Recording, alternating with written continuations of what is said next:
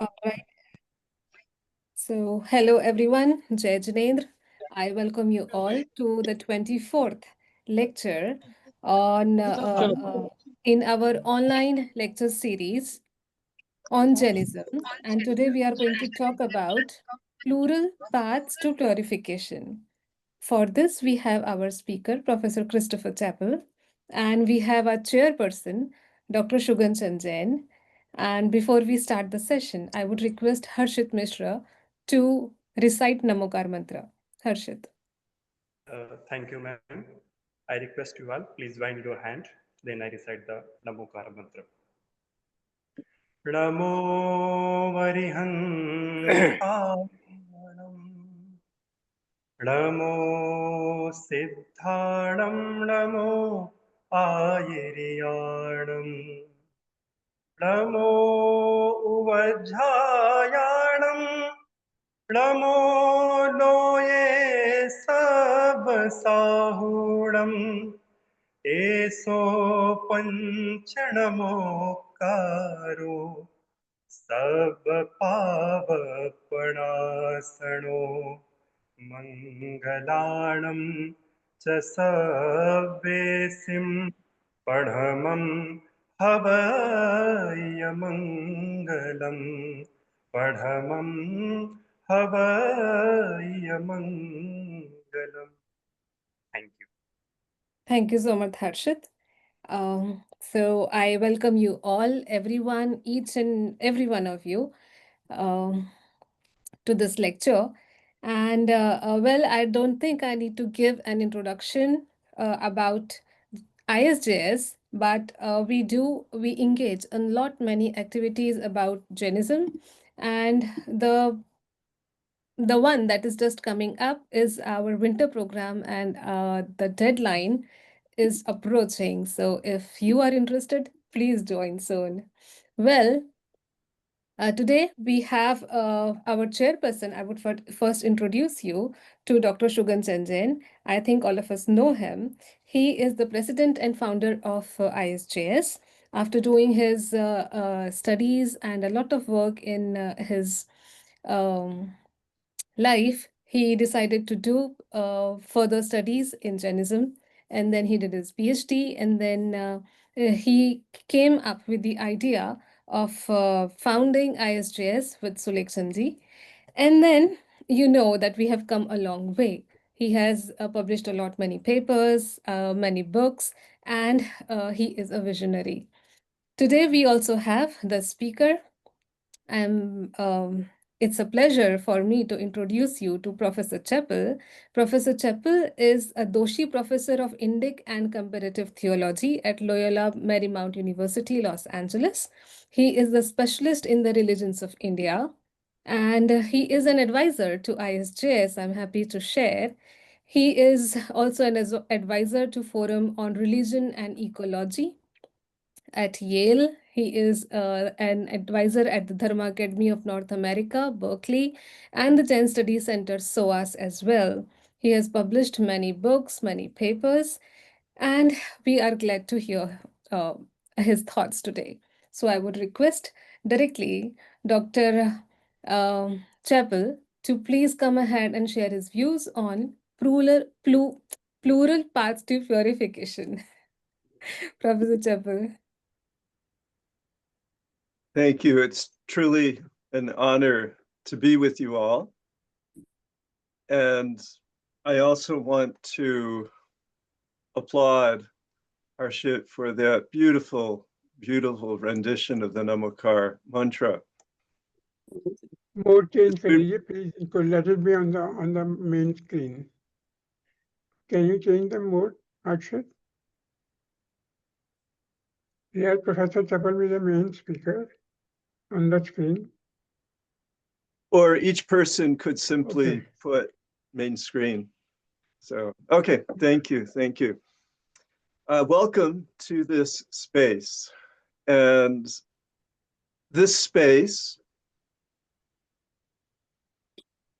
becomes, wherever you are, the space of reckoning. And as I gaze out my window, and you can see a reflection of what is visible to me. It's a faint reflection in the back.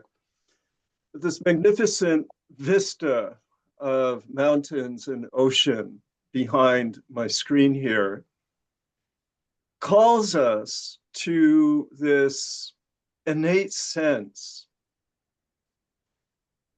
that we are blessed, calls us to attention to the gocharas, attention to those fields where the cows wander.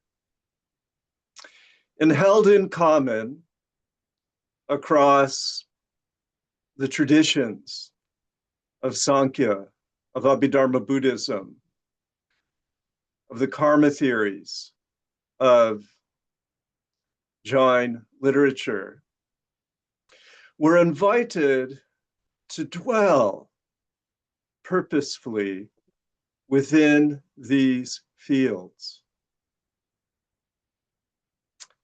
Regardless of where you sit, you're sitting upon the field of earth, whether on the floor or on a chair.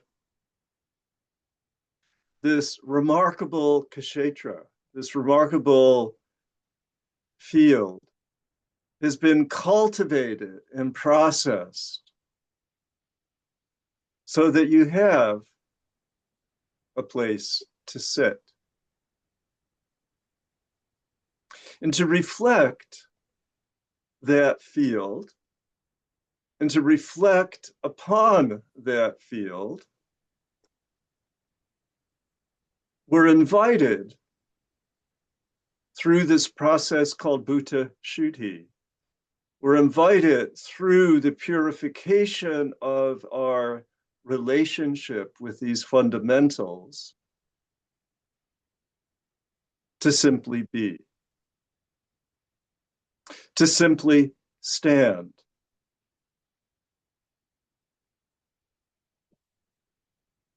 Kayot Sarga, to feel our feet firmly planted upon the ground and feel the earthiness of our very bones and flesh, acknowledging the connection, the ayatana, the foundation, the sthita, the standing of this human frame, sitting, standing, walking, lying down, forever indebted to and intimate with the stuff of the earth that brought forth the food that mysteriously and miraculously allows us to take human form and to sustain human form. Simply paying attention brings a blessing, brings a purification, a shuddhi, brings that state of shubha, of, as we heard in the mantra, a state of mangalam.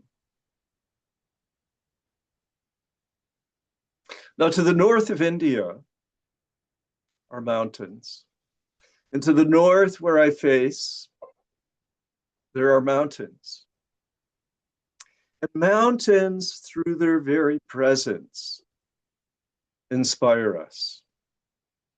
They remind us that we have the capacity to rise above and to gaze at all things down below. And I invite you to, in your mind's eye, to remember a moment when you have journeyed And some of you may live in places where the topography is quite flat. And I'm remembering this particular ridge preserved through central Delhi, and climbing that ridge near all of that array of temples over near the YWCA. And as one ascends, the soul ascends. And as we reflect upon the geography of Mount Meru and on the geography of the human body,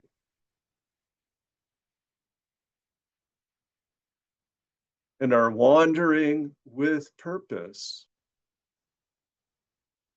step after step, we literally are climbing a ladder that allows us to give up the particularities of our attachments. The attachments that have accrued life after life, day after day, attachments that become well known in ways that can give us difficulty, can cause us anger, lead us into delusion and greed.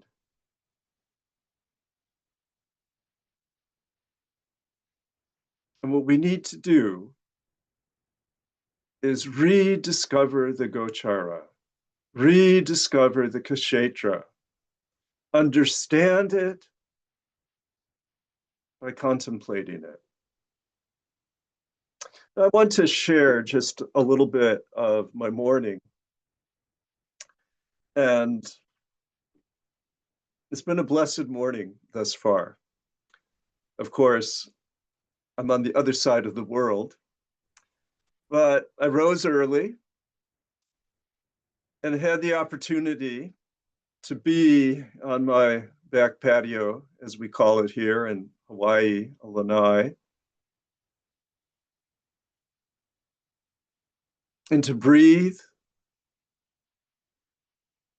to gaze into the darkness and see the stars through the gentle marine layer fog up above, to breathe, to move, to sit, to collect. Critical pathways for our daily purification. And for some, there will be an opportunity each morning, perhaps, to visit the neighborhood temple. And this morning, and I'm going to introduce us to another field. This morning, first Wednesday of the month, there's a group of meditators from various different paths who gather at the beach in Playa del Rey and drove the 10 minutes to the beach, traversed the dunes, and in the company of friends for only a brief period. But I was able to sit above the surf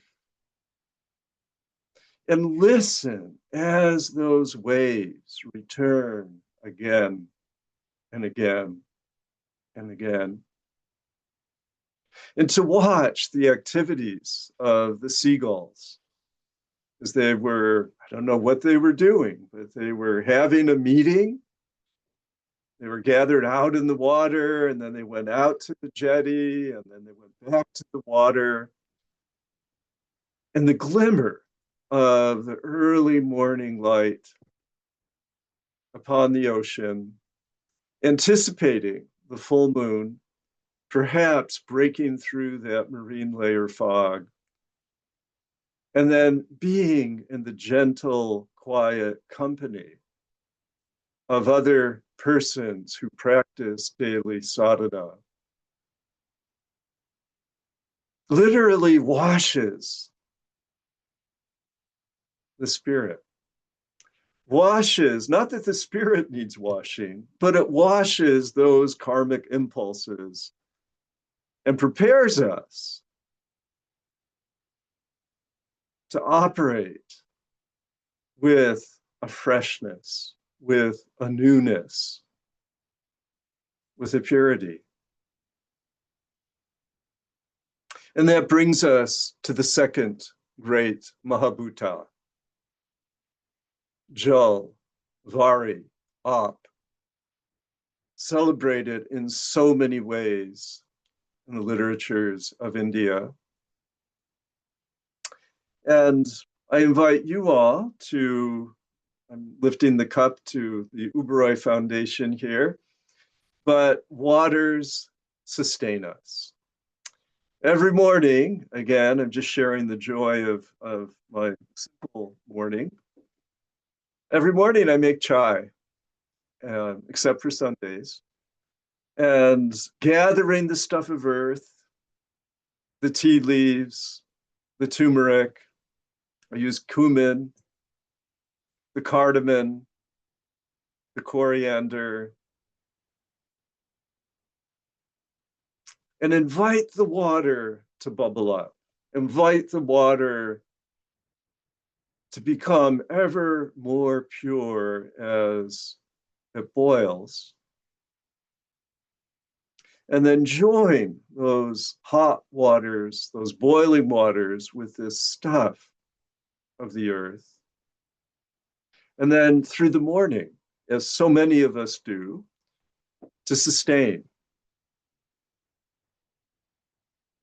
to allow that liquid to continue to flow. Dehydration is one of the greatest causes of hospital visits. So many people are just simply too busy to pay attention to the watery needs of our bodies.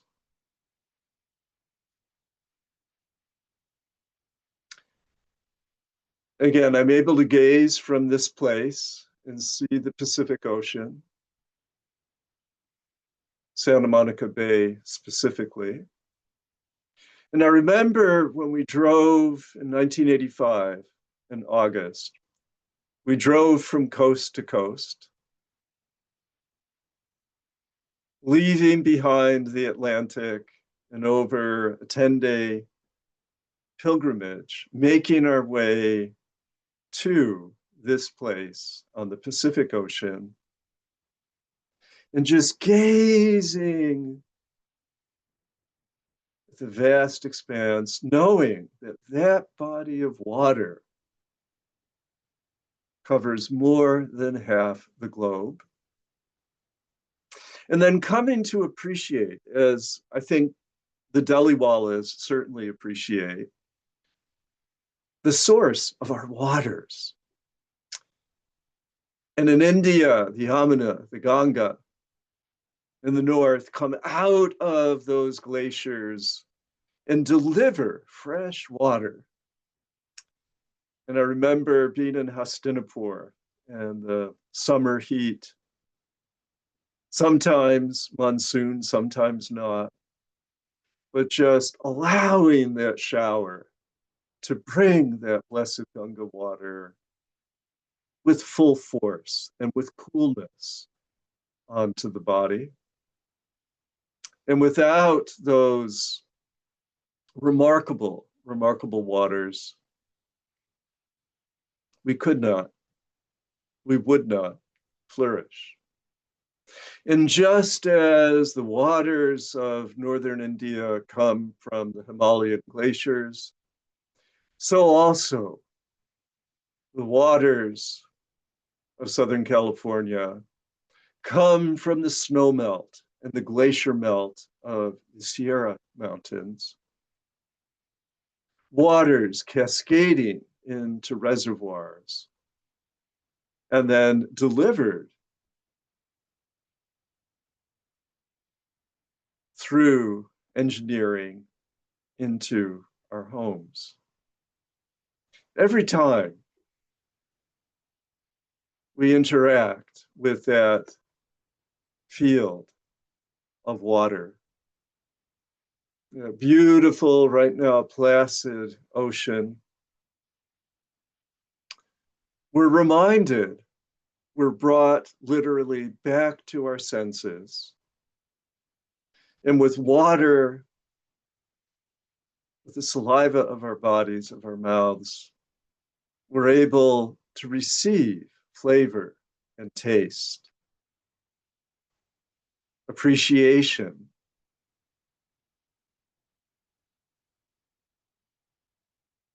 And then a third field of purification held in common. And I want to invoke the words of the Buddha as we talk about this field. And this is the field of Agni, the field that we attempt to contain and that sometimes goes out of control. And I remember almost a year ago, sitting in this very place and seeing a single plume of white smoke erupt at 10 in the morning. And then watching as that plume turned from white smoke to black smoke as thousands of homes in Pacific Palisades were consumed, wreaking tremendous, tremendous damage and interrupting the lives of so many people.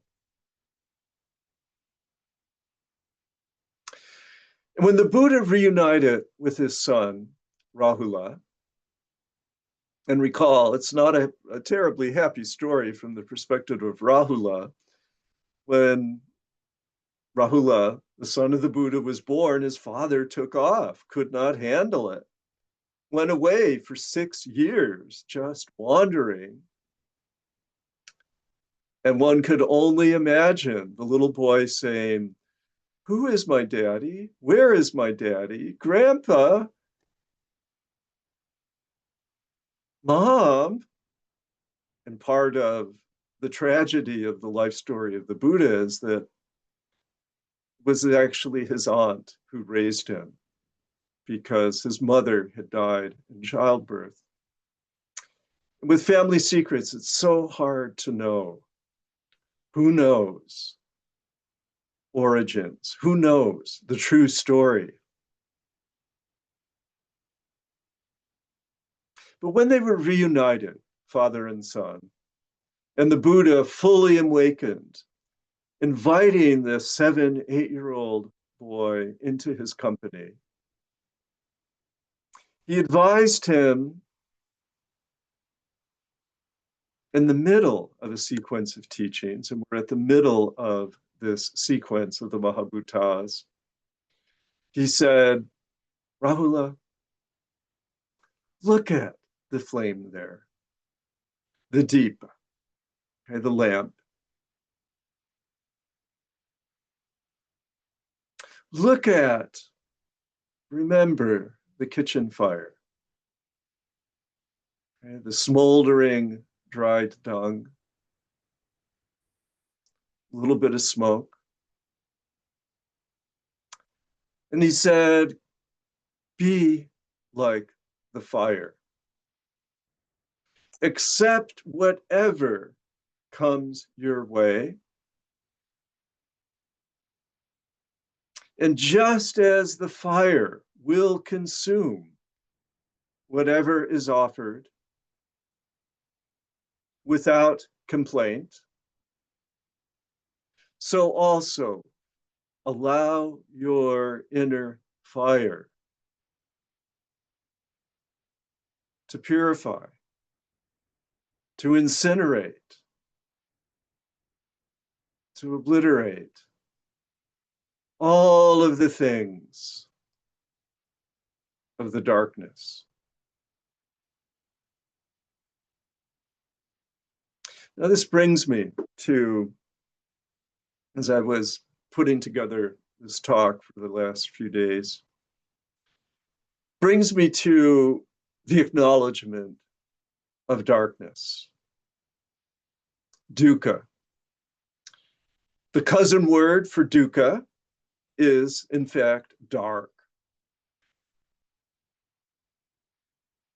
We need to surface out of that darkness the impulses that define and constrain us, and we need to bring them into the light. This is not easy work.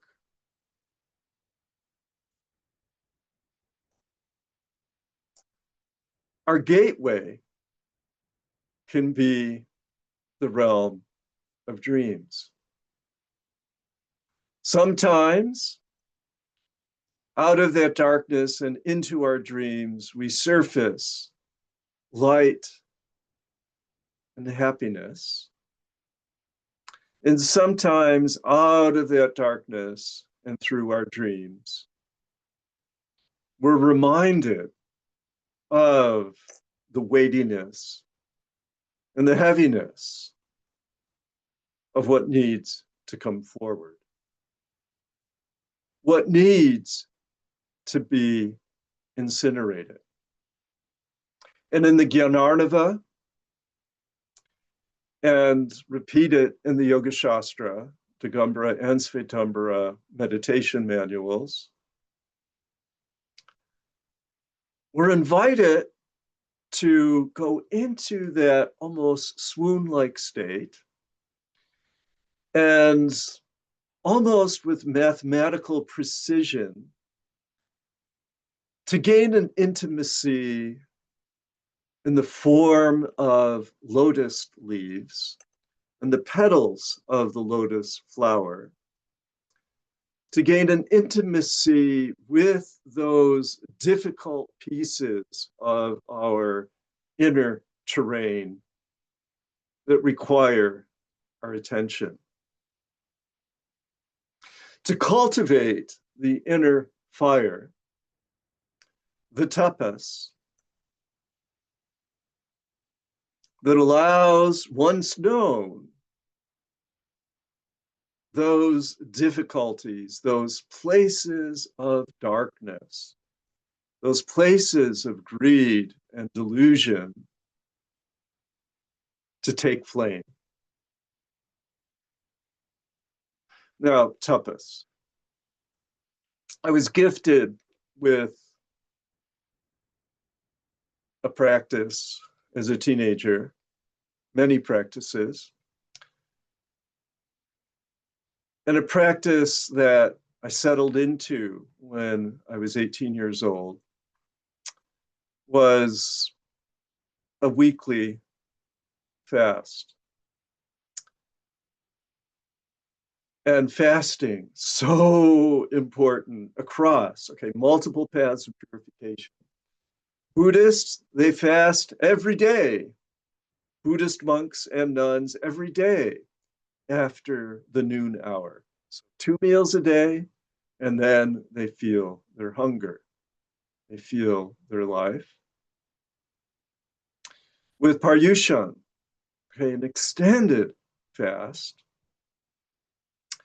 With the Roman Catholic tradition, you're supposed to fast on Sunday mornings until after you have taken the Eucharist, the symbol, the bodily symbol of Jesus in the form of either grape juice or wine and bread. You're to fast traditionally from all meat foods on Fridays. In Islam, the fast that goes on for the entire month, only eating at night. But tapas interrupts the boredom, the tedium, the predictability of our habituations. So my weekly Sunday fruit juice and herb tea fast generates energy. An energy that, like the Buddha advised, girds the body, and by extension, the person, to be able to endure, to be able to not only sustain, but to bring illumination, self-illumination, self-understanding, but also to be able to be of service to others. So many times we are so involved with our own world that we lose the capacity even to simply see the presence of the other, to simply see that person whose face is right there. So the field of fire. Every day, the fires of digestion allow us to sustain. Every day, the fire of the morning sun empowers the activities before us. And with Benjamin Franklin, that little Deepa was harnessed into electricity. And here we are, halfway across the world from one another, harnessing fire through our technology in order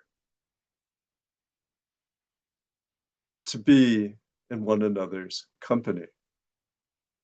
So the field of fire, color and form, revealed by that light, color and form, our capacity to see, gives us such richness. And then the fourth ayatana, the fourth gochara, the sensory interaction with the physical world, becomes a little bit more subtle. And this is vayu. This is prana. This is only seen through its effects. As I gaze out, it's quite still, but there's a little bit of a stirring in the sycamore trees, their leaves quivering just slightly, eucalyptus trees, palm trees at a distance. And how do we know the breath is here? Pranayama, so exquisitely delineated in the Yoga Shastra manual on the practices of yoga. We can breathe in. I invite you to do so and hold. And we can breathe out and hold. We can breathe in through the left nostril and hold. We can breathe out through the right nostril and hold. Through the right nostril, breathe in and hold. And through the left nostril, breathe out and hold. And as our breath stills, we can enter that sometimes dreamlike meditative state. And our breath will still. In the Buddhist tradition and in the yoga tradition, the process is called nirodha or nirvana. Coordinated with the stilling of the breath. And sometimes as you're sitting in temple, and I'm bringing to mind sitting as I would at Vallabhsmarak, either with Pamavati or up in the main temple, the quiet that descends as we meditate,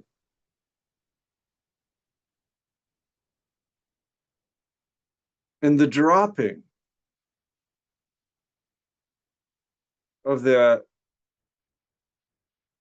usually just simply habitual autonomic response of in-breath, out breath, 15 times a minute.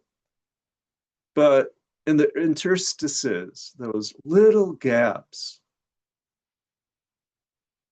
sometimes purposeful to still the breath, and sometimes just spontaneous, we're able to receive that wisdom from the Upanishads.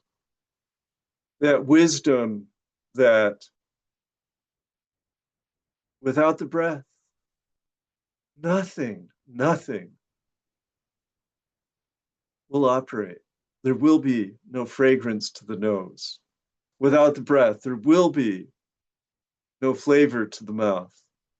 Without the breath, there will be no glory of form. Without the breath, there will be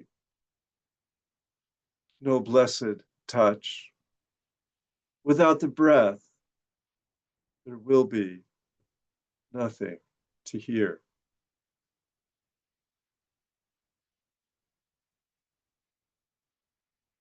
When Socrates took the hemlock, he knew what would happen. That his bodily functions would cease and that his breath would depart one final time. And as the Buddha at the age of 80 had ingested these poisonous mushrooms, who knows how that happened,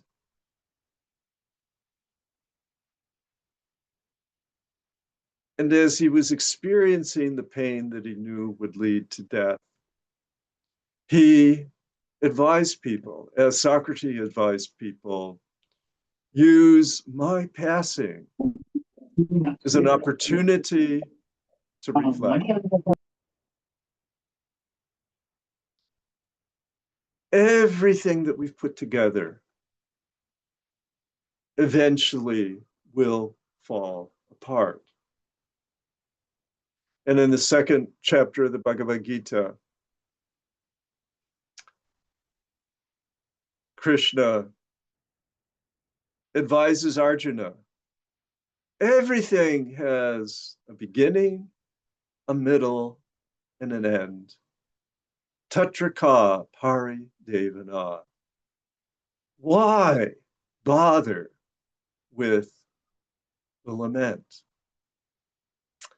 And this final exit of the breath from the body, that blessed moment, the counterpoint to the anxious parent, and I recently became a grandparent, happy to report that my granddaughter was delivered last week. She's only a week old.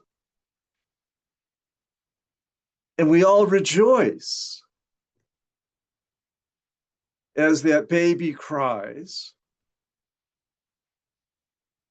And one can only hope that as we take our last breath, that we rejoice as we let it all pass and continue with our journey,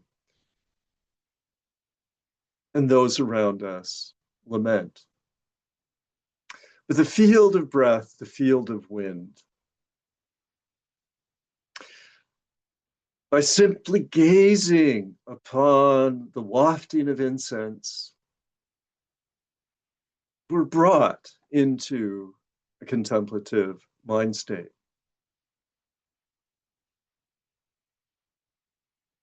By simply, in the Zen tradition, counting our breath,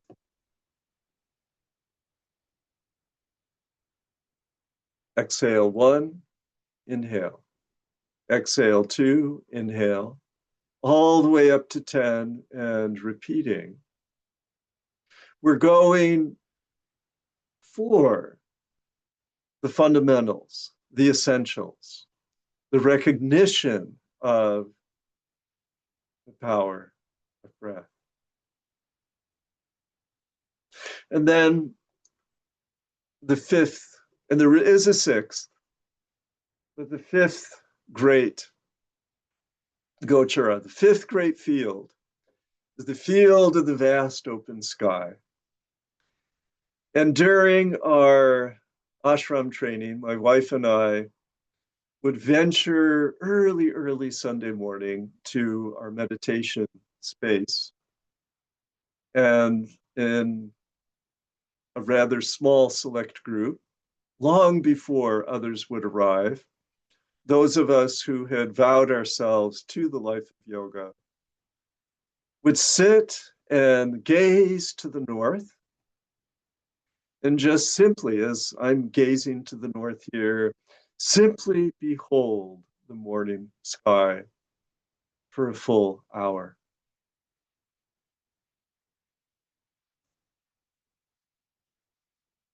And I invite us to find, in a sense, our true north. Recall, and if you've not done it, make a resolution to go out at night and find that North Star, that place in space that does not move. The way that you know you've found the North Star is that the Big Dipper moves, always pointing in its circular motion, always pointing to that place of the true north. And consider, and this is Native American tradition, again, plural paths of purification. In Native American tradition, the north is the direction of the elders. And every morning, before dawn and sometimes after dawn, as I face the north, I think of my parents who passed many years ago. I think of those who have passed recently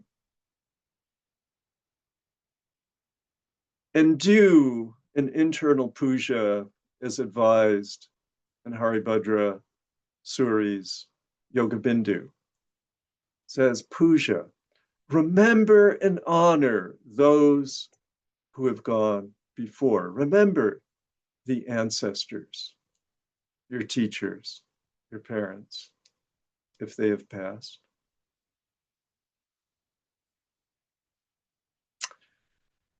And then turning to the left, to the west.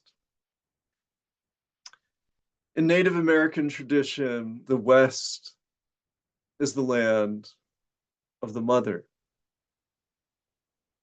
That womb from which we emerge and that womb to which we return, thinking analogically of Kali.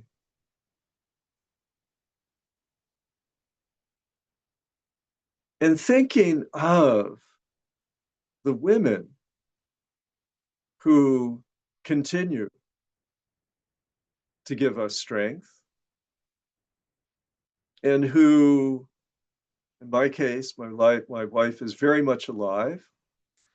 And along with honoring my parents, I honor my wife facing west every morning.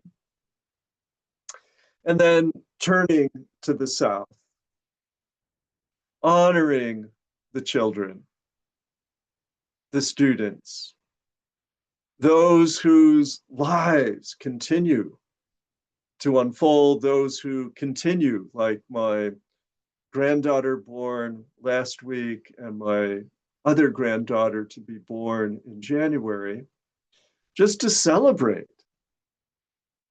On the one hand, the sorrows that these young people will encounter, but to celebrate the adventure of creating new worlds in that space of their youth. And then for myself, facing east, returning to that place of the rising sun, that place that in Taoist philosophy is the place of yang, the place of brilliance, the place of the masculine, to just appreciate this body in relationship with the space, the akash of so many others. And that open sky gazing in Tibetan tradition, it's called Dzogchen. There's an invitation to just simply acknowledge what is and let be what is. And then I want to open this for some, well, I want us to sit a little bit and then perhaps open for some questions. But the last space, the last field I want to open up brings us a little bit back down to earth. And this last sixth field is the field of the mind. So much passion, so much desire, so much delusion, so much greed. Avidya, asmita, raga, devesha, abhinavesha from yoga system, egotism, hatred, desire to keep going, foundational ignorance, taking so many different forms. We've gone through an election cycle here yesterday in the United States, and so much to be considered and talked about.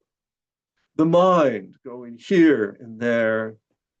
So many people with firmly held beliefs. And where can we allow the mind to settle? In the second chapter of the Bhagavad Gita, Krishna says, Stita prajna, stabilize your wisdom. And all of the traditions call us to cultivate Maitri, a friendliness, a compassion. Second, Karuna, cultivate friendliness and compassion toward others. Cultivate mudita, a celebration of the goodness of others rather than jealousy or envy. And to cultivate samatha, to cultivate upeksha, to cultivate equanimity, that place of stita prajna, that place of solidity.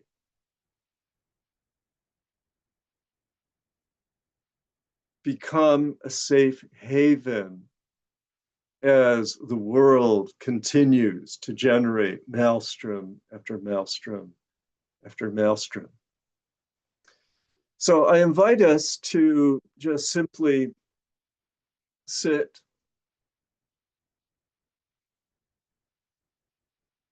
for a few moments as you're able, and to feel your feet planted on the ground evenly. To place your palms face up toward the heavens. To lift your shoulders and move your shoulder blades back against the backside of your rib cage, elevating your sternum.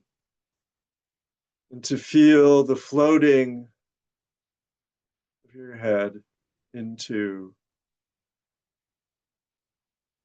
the spaciousness.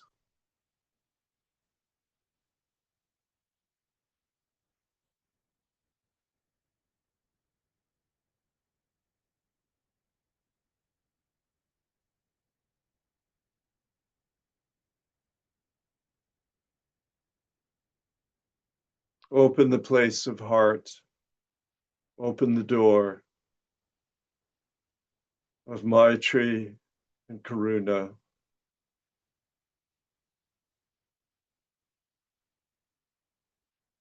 A place of forgiveness.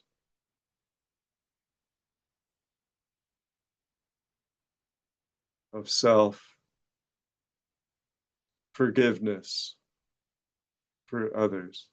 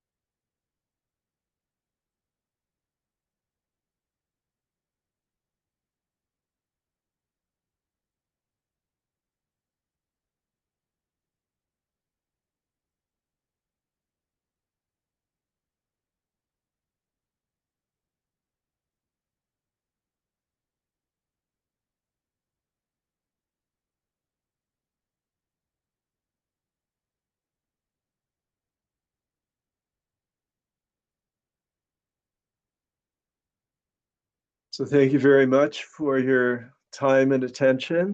And I'm happy to take any questions. And if you could remove my spotlight, that would be happy.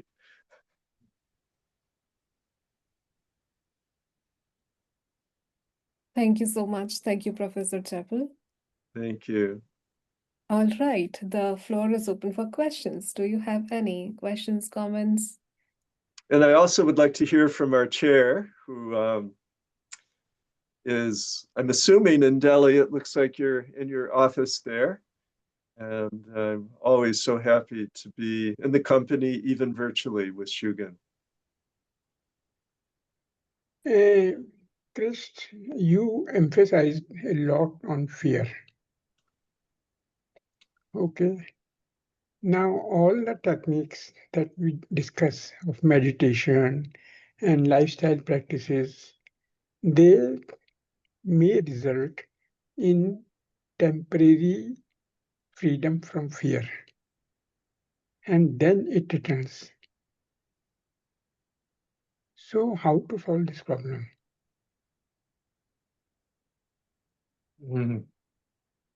Fear. Yes. It's so human to have fear. And abhinavesha, that yogic desire for life to continue, is the klesha that throws people into that fear of the unknown, fear of being shamed, fear of failure.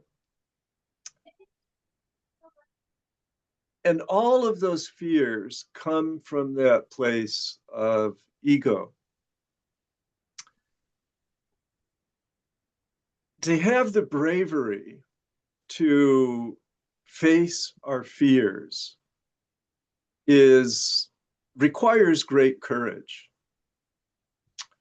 And I can only really talk personally because I've really reflected on fear a great deal. And I had a fear of, and also I was blessed with a really, attentive guru, right? So I'm just going to tell a little personal story that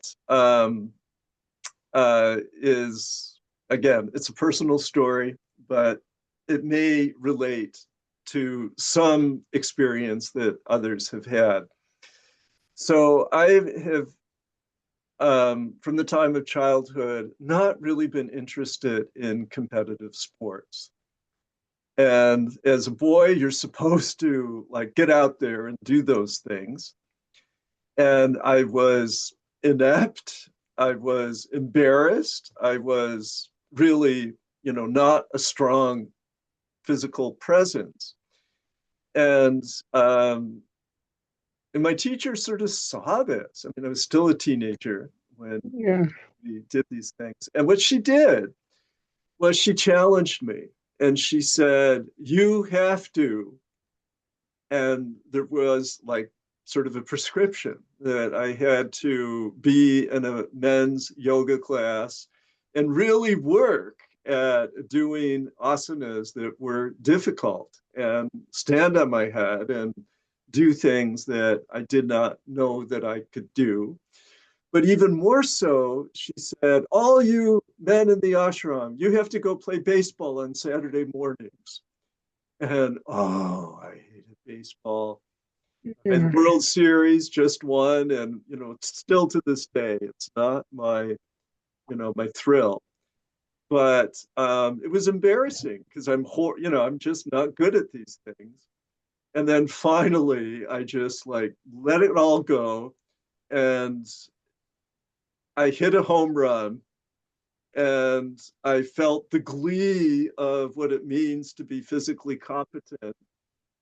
And then not only did I never go back, but we just stopped that Saturday morning thing. And it was sort of created so that I could get over my fear of my physical incompetence.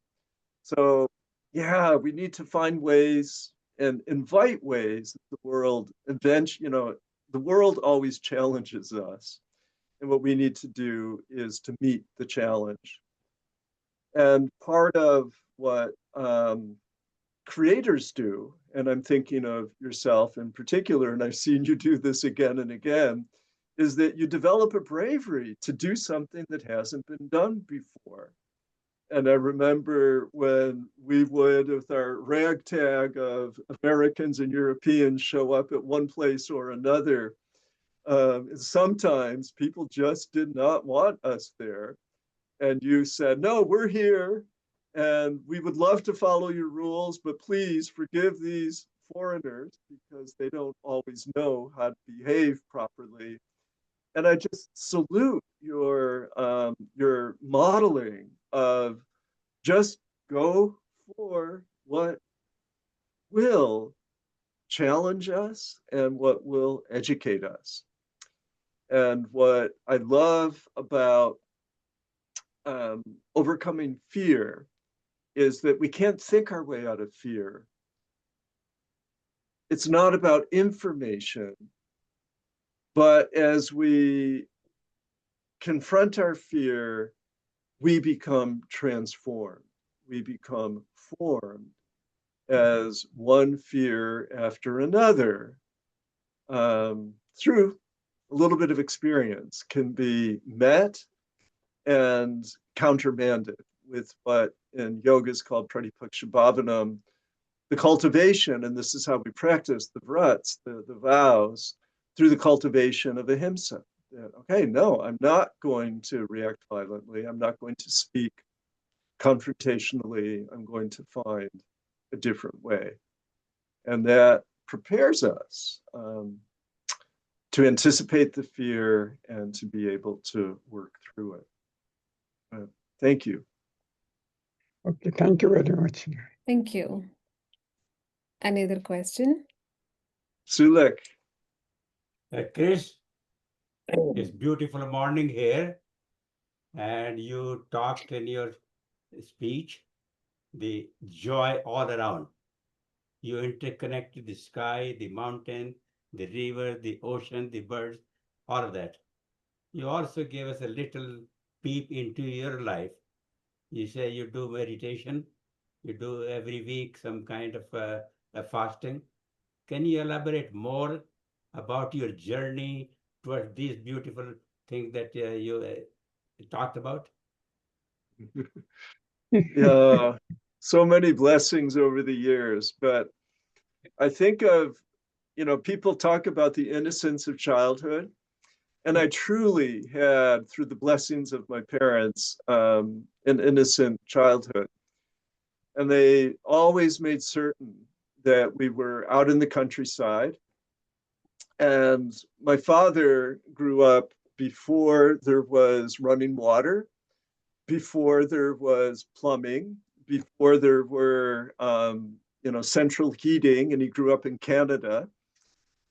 And he also grew up before refrigeration, before electricity. So he brought the lessons of simple living into the way our family organized its food, into the way we organized our connections with nature. And he had been brought into the Ojibwe Native American community as a young man, and had been given skills in walking quietly and observing that he didn't didactically, confer upon us, but just by example and by forest walks and by just letting us be free to explore. And then my mother was a science teacher who had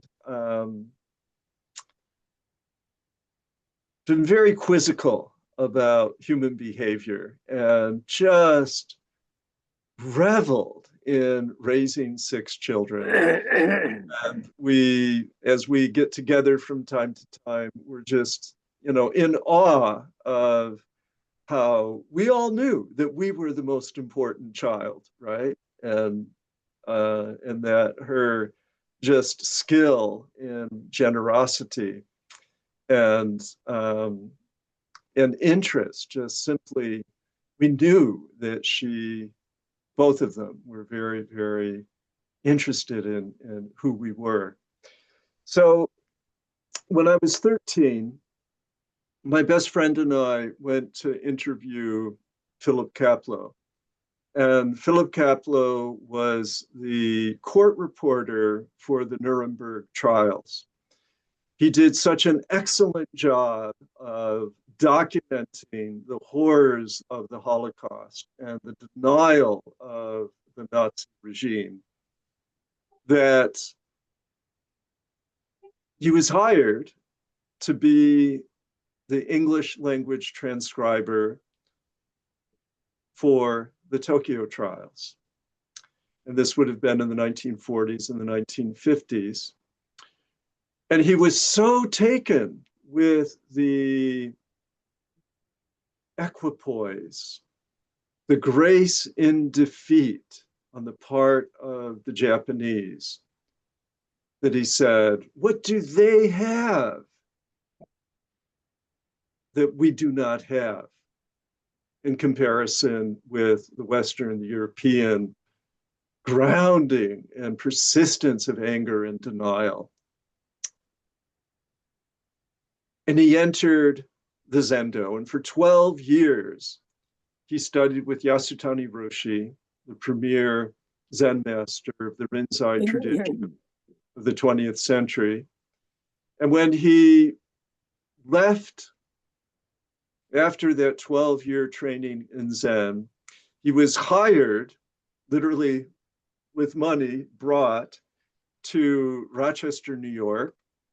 And the founder of xerography, Chester Carlton, and the descendants of George Eastman, the founder of Eastman Kodak, had managed to find one another. And they, if you may recall, that George Eastman had taken initiation with Yogananda around the same time as when Mahatma Gandhi took initiation with Paramahansa Yogananda, who had traveled from India, from here in California there. And what these people did is that this Vedanta Society of Rochester invited Philip Chapple, and he established the Zen Center of Rochester. At 13, I read his book, Three Pillars of Zen, which gives the basic instructions on how to meditate, and stories of Zen tradition, Buddhist tradition, and success stories of accomplished meditators.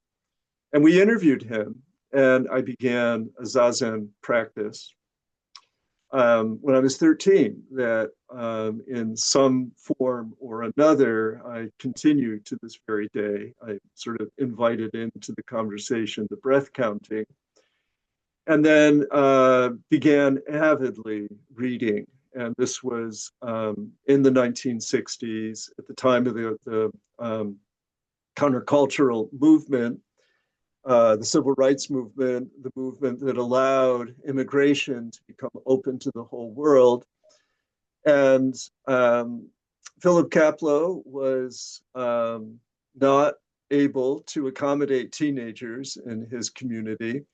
So my friend and I went to Quaker meeting, which is a form of silent meditation and a commitment to nonviolence, where I met and married my wife. I got married as a teenager, which is also very stabilizing.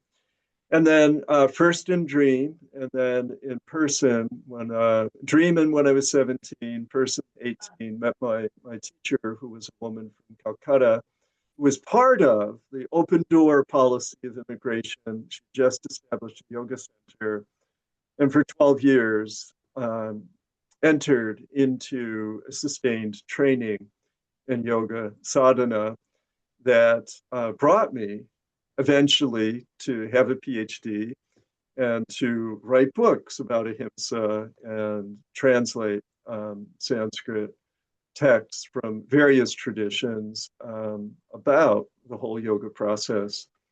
And I presented sort of an amalgam of that work as we talked this morning. So it's very personal and very, yeah, I'm very appreciative for all that has been made possible. But yeah, thank you for asking that question, because you know, you're sort of embarrassed about things when you're a kid, but you're glad to share when you become an elder. Last question. Some Ila has raised the hands. Pragya? Ela? Ila in the No, sir. audience. She was just clapping, applauding. Oh. Okay. All right. Thank you so much for all these insights. I think it's time that we go to our chairperson and listen to what he has to say. Dr. Shuganji. Chris, thank you very much for a very, very practical description of how, to be able to observe, various elements around us and try to understand them so that we can get rid of fear or control fear. I will not say get rid of, control. We are talking of meditation and how to get rid of this. So we say that number one, I will defer more to Ganana because this was indicated in your lecture. The first thing, if you want to really get rid of any fear or anything and attain some peace of mind, there's one thing: you have to have a belief that you can do it, you can achieve it. So, this fellow Shubchand, he says the first requirement is that you should become a yogi and have a firm belief. That is Samyak Darshan. And in practical terms, I'll give you an example. Recently there has been a spate of Nobel Prizes and other things about how to be healthy. So you had aerobics, then now you have, asanas and pranayam, then eating habits, intermittent fasting, minimalistic life of, and the latest we say, I read this talk, I have read this 100 times, but yesterday I heard the belief that you should believe that your body has the power to control its diseases. Now, this statement came from a person who is not talking of religion or philosophy. He tried to prove medically that your body is fully capable and we destroy it by doing wrong things, like a lot of tainted emotions, bad food habits, and fear is a tainted emotion in Jain philosophy. So he says if you control, he does not talk of emotions, I think. He talks primarily based on, he says, eating habits, exercise, etc., like for general public. So when we talk of this, then we say that we have to believe in ourselves, in something that, so that you can make the progress. Because the qualities of a person with right belief is that he believes that he can attain, he is full of compassion, like the words you used, and then some way, he is constantly improving his practices. That is just not that I meditate for 5 minutes and then go and do all hanky-panky and so it is coming back. So these are the characteristics. And for this, this holistic treatment of your body, like, if this is your body, we talk of Savirya dhyan, heroic meditation. That is, you say that we will use the qualities of the soul will to get rid of all our ills. So, this comes from, like Kun says, that you first consider I am the soul and others are others. So the more you talk of others, like body, illnesses, other attachments, other things, you start developing more fear. And instantly, interestingly, fear is one thing which is also a tainted emotion, though it's a minor one. And now I talk to you from my own life experience, how I get rid of fear. I live alone. My wife died, 5 years ago, 4 years ago. And I was under great pressure to shift to my children or invite them to stay with us. I said no. I've been studying, philosophy for such a long time, so I will practice it. And the first thing I learned is that I said I want to be self-reliant. Because the biggest fears come when you are not self-reliant. You are dependent on somebody else. Yes. And the first is health. You have to be healthy because health is the biggest, body is your biggest fear. I will die, what will happen? I will fall sick, what will happen? This and that. And then, it includes food and others, like our friends say. Then financial issues. So here, I started using the practice of minimalistic living or parigra, as the Jains say. So like this, I started changing my lifestyle gradually. And I tell you, I am at peace. The biggest fear is of death, let me tell you. So people say, you will die, who will take care of you? I said, I try my best not to fall sick. This is in my hand, that I don't want to fall sick, so I try, And of course, religion, for me, religion plays a lot of part because I believe in the power of soul, And then I say, if I die, so what? When I'm dead, what is the fear? It's a disposal of my body. So if my children are there, they will take it to the cremation ground. If they're not there, then okay, my servant others will call somebody and they will take and dispose of. So who cares? So these are, what I'm saying for fear the thought processes are very important. You have to be positive thinking. I give you an example. My mother-in-law, she used to call every day her doctor. And she will complain that she could not sleep. That is, she was suffering from insomnia. So, her son-in-law was a doctor. He used to give her medicines. So one day I had and I met her. And I told her, Jain philosophy says, fear is a disease.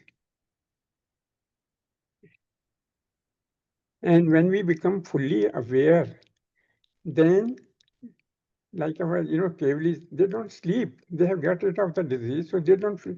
So if you don't have sleep, enjoy the time. You have more time to do what you want to do. So the fear will be gone. So I'm just giving an example how to convert a negative into a positive thing and enjoy.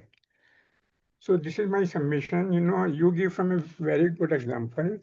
So I shared my own experiences to support what you say with some, like Sulik said, there's some Jain views. So I introduced this, Jnana knows a little bit of that. So for me, it is the first and the most important is you have to be a yogi. If you are not, then you are doing a patchwork. So then you will become dependent on the fourth line, as you are saying, take the help of medicine. Not feeling suffering from insomnia, take a pill. And then you get a developed feeling. Getting worried, have a drink. Then after that, you have a hangover. Then you again start feeling.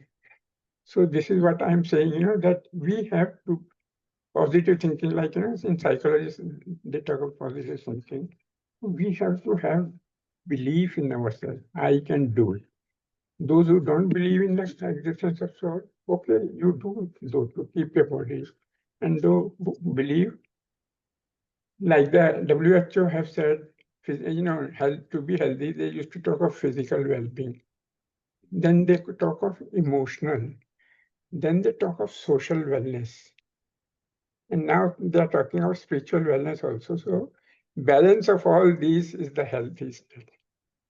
So this is what I think, I practice and I, purport. Thank you very much for a very illuminating talk. Thank you. Thank you. Thank you. You're an inspiration to us all. Yes.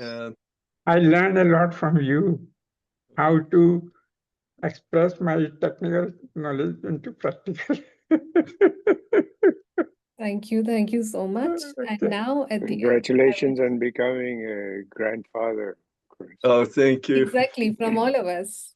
from all of us. Yes. Now, I would request our another founder, Dr. Sulek Chanji, to offer the word of thanks. Sulekji? Well, Chris, it's always a joy to be interacting with you. And you and I have been doing this for the last 30 years. So it's inspiration. Thank you for a beautiful talk. Keep on doing this. You've been guiding IAJS from day one and many other activities. So we wish you a very, very long life and also enjoy your grandchild and the second Thank you one that's very going much. to come. So I want to thank everyone for joining, listening to this program, and we will have again Pragya next month and our 25th, 26th, 27th. Keep coming, keep tuning in. So thanks everybody. Jai Definitely. Jinendra. Thank you, thank you, thank you, everyone. Jai Jinendra. Thank you, Jai Jain.